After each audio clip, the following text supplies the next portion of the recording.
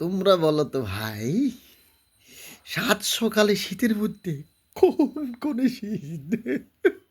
বাইরে দেখো কুয়াশা, কোনে কোনে শীত, কে উঠে শীতের মধ্যে?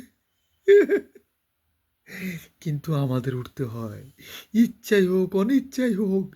রাত্রে 3:30 থেকে 4টার মধ্যে মাথায় জল দিলে মনে হয় যেন জল দিচ্ছি না, মনে হয় কাঁচা মরিচ মাইকা দিচ্ছি।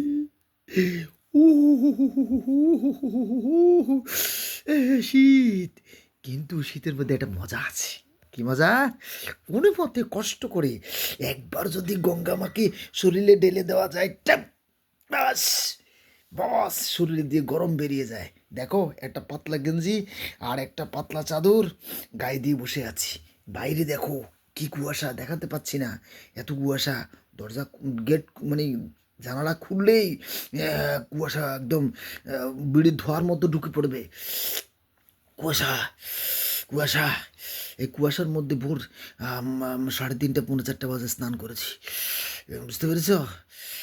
রৌদ্র আজকে উঠবে কিনা সন্দেহ আছে। তোমরা ভগবানের কাছে প্রার্থনা করো, প্রার্থনা করো যাতে রোদ উঠে যায়, যাতে ঠান্ডার ভাব কমে। ধন্যবাদ, সাবধান থেকো। গঙ্গা মাকে স্মরণ করে গায়ে জল দাও, কোনো সমস্যা হবে না।